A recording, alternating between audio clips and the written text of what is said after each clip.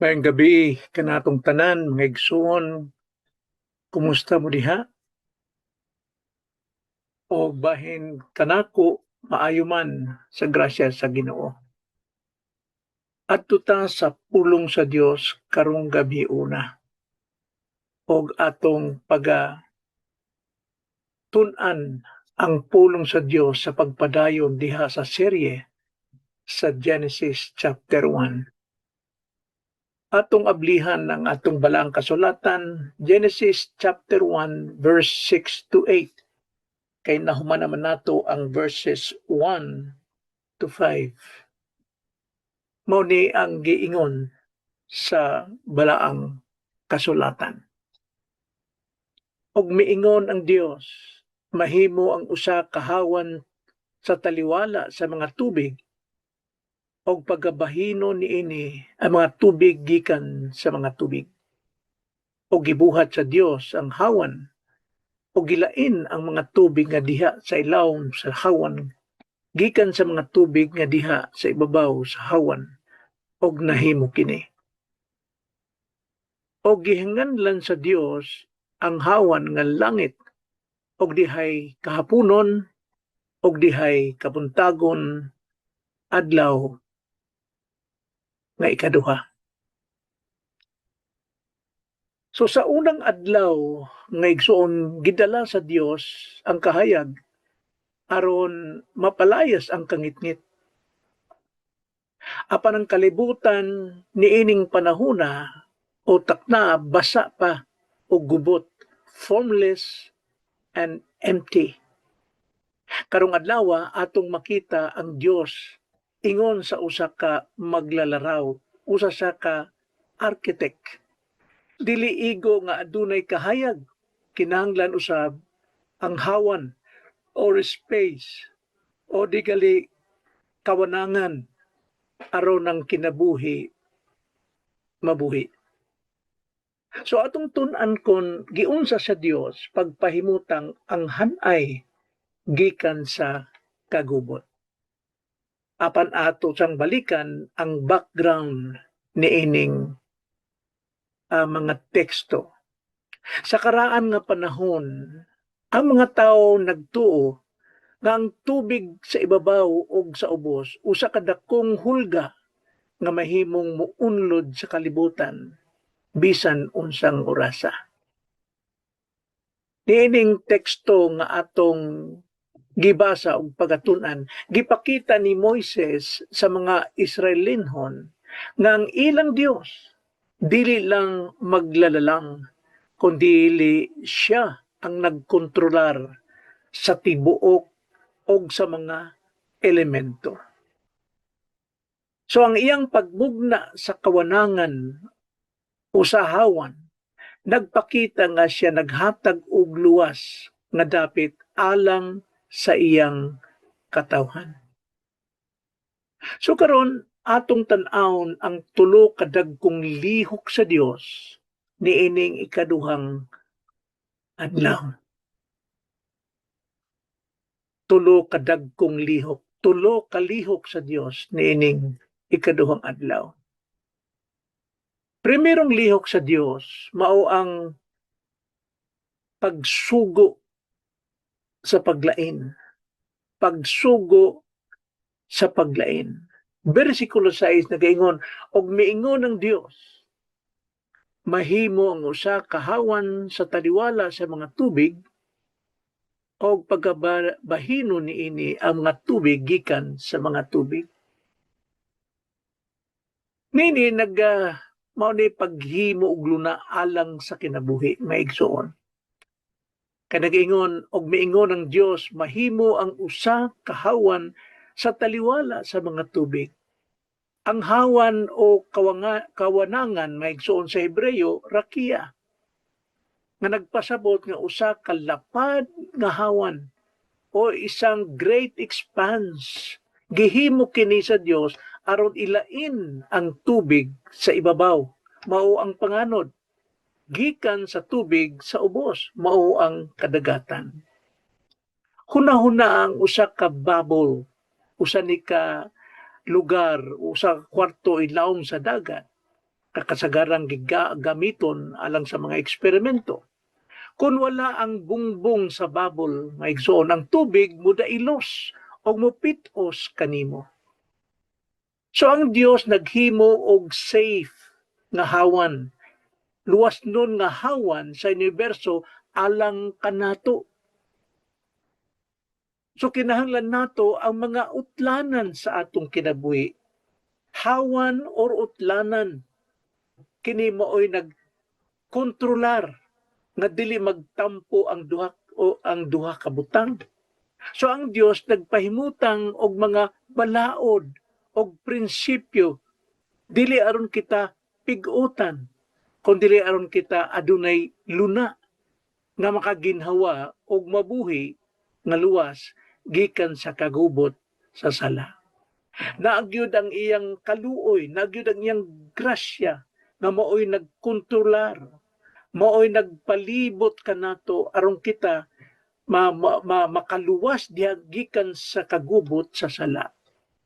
Kung unsa niya gitagaan og luna ang tanang matang ngayang gibuhat, sama ra pod sa atong mga kaugalingon tungod sa sala. Kay nagkipalibutan ta diha og sala sa atong kinabuhi. So mo kana ang primerong dakong lihok sa Dios mao ang sugo sa paglain. Ikaduha, so ikaduhang dakong lihok sa Dios mao ang awtoridad niya. Mao ang iyang awtoridad. Versikulo 7, o gibuhat sa Dios ang hawan. Mao na iyang awtoridad. O si kinatumyang versikulo, og nahimo kini. Atong basahon og diretso. O gibuhat sa Dios ang hawan, o gilain ang mga tubig nga diha sa ilalom sa hawan, gikan sa mga tubig nga diha sa ibabaw sa hawan, og nahimo kini. So, mauni ang pulong nga nagatuman sa kabubuton sa Dios. Timani ang mga pulong nga nagiingon og nahimo kini. Walay lalis, walay paglangan o bisan pa unsa, sa dihang ang Dios magsugo ang kinayahan mosunod. Kini nagpakita nga ang Dios adunay hingpit nga kontrol sa pisikal nga kalibutan bisan pa sa atong mga kinabuhi maigsoon. Sama sa usa ka remote control. Ang remote control mao'y nagamando sa tanang aspeto sa usa ka makina. Mausab ang tingog sa Dios mao ang labing gamhanang puwersa sa universo. So importante gyud na kita magpaminaw diha sa pulong sa Dios kay ang pulong sa Dios magmando sa atong tanang kinabuhi. Busa maigsoon kung ang universo mosunod sa Dios nga walay pagduha-duha, nganong kita nga iyang mga binuhat magmagahi man sa pagtuman? Maigsoon ang pagtuman sa Dios nagdala og kalinaw og kahusay sa atong pamilya, bisan pa sa atong komunidad, labi na sa atong pagpanginabuhi isip mga Kristuhan. So makana ang lihok sa Dios, primero ang pagsugo sa paglain, ikaduha ang awtoridad niya. Og ikatulong dakong lihok sa Dios mao ang pagmando sa langit. Versikulo 8 nagaingon, og gihinganlan sa Dios ang hawan nga langit. Og dihay kahaponon, og dihay kabuntagon, adlaw nga ikaduha. Ang Dios nga labaw sa tanan, pinaagi sa paghatag og ngalan, gipakita sa Dios nga siya ang tag-iya sa langit. So nagaingon ang bersikulo, o gihinganlan sa Dios ang hawan nga langit. Ang langit dinhi nagpahinumdom kanato sa iyang pagkalabaw. Ang transcendence sa Dios. Siya naa sa ibabaw sa atong mga problema. nagtan-aw og nagmando alang sa atong kaayuhan. Usahay sakit ang iyang pagmando, usahay hinay ang pagmando apan gamhanan kini og kini angay natong pagatumanon. Hunahuna ang usa ka atop sa balay mga igsoon. Bisan unsa pa kakusog ang ulan sa gawas, ang atop nagpanalipod sa mga ana sa sulod sa balay. Ang langit nga gihimo sa Dios nagsilbing atop sa iyang pag-atiman kanato. Naagyo ta diha sa canopy of blessing.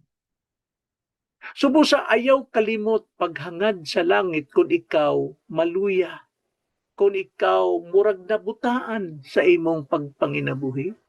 Ang Diyos nga naghupot sa kawanangan, mausab ang Diyos nga naghupot sa imong kaugmaon. So ang iyang pagmando dili layo, kini nagpalibot kanato, pinaagi sa iyang pulong. So migsuon, dunay mga hagit niini sa atong kinabuhi. Primero, alang sa mga dili pa mga magtutuo, wala pa mutuo. Igsuon, amigo, imong makita ang paghanay sa universo. Ang hangin nga imong giginhawa o ang langit nga nagtabon kanimo. Dili kini aksidente. Amigo, kini usa ka disenyo sa usa ka Dios nga gusto nimong makaila. Ayaw pagpuyo sa kagubot sa sala. Dawat og kahusay pinaagi sa pagdawat kang Kristo nga maoy labaw sa tanan ang imong Ginoo ug manluluwas. Si Kristo ang atong langit. Si Kristo ang atong pulong. Og alang sa mga kaigsunong magtutuo, salig sa mga utlanan nga gibutang sa Dios. Naagi utlanan nga mooy makahatag natog kagawasan. Usahay masuko kita kun ang Dios moingon nga dili o kung butangan niya kita og limitasyon. Apan hinumdumi mga igsoon, ang kawanangan o ang hawan gihimo aron ilain kita gikan sa mga butang nga makadaot kanato. Dawata ang iyang disiplina o mga balaod ingon nga iyang proteksyon. So adunay usa ka gamay nga isda nga nagreklamo ngano nga dili siya kagawas sa dagat. Gusto niya ang kagawasan gikan sa tubig. Apan sa dihang milukso siya paingon sa yuta, nakita niya nga ang utlanan sa tubig dili di ay prisuhan. Usa kini kakagawasan kundi kini mao ang iyang proteksyon. Og dapit tiin siya mabuhi. Dunay utlanan ang dagat o ang kining mamala. Ang kawanangan o ang lugar nga space nga gihimo sa Dios sumala sa atong gitun-an bersikulo 6 ngadto 8. Nagpahinumdom kanato nga ang Dios nahibalo kung unsa ang atong kinahanglan aron mabuhi. Ang iyang pagmando o ang iyang mga pulong mao ang naghatag kanato og kasiguruhan. Bisan kon ang tubig sa pagsulay murag muunlod kanato, hinumdumi nga ang Dios nagbutang og kawanangan, nagbutang og hawan, nagbutang sa iyang grasya aron kita dili malumos. Ginoong Dios, gidayeg kanamo tungod sa imong kaalam sa pagpahimutang sa mga langit. Salamat sa proteksyon nga imong gihatag kanamo kada adlaw. Tabangi kami nga magpuyo sulod sa imong kabubuton. Kay diha lamang kami makakaplag og tinuod nga kalinaw og kahusay sa kinabuhi. Mao kining among pag-ampo diha lamang sa ngalan sa Ginoong Hesukristo. Amen.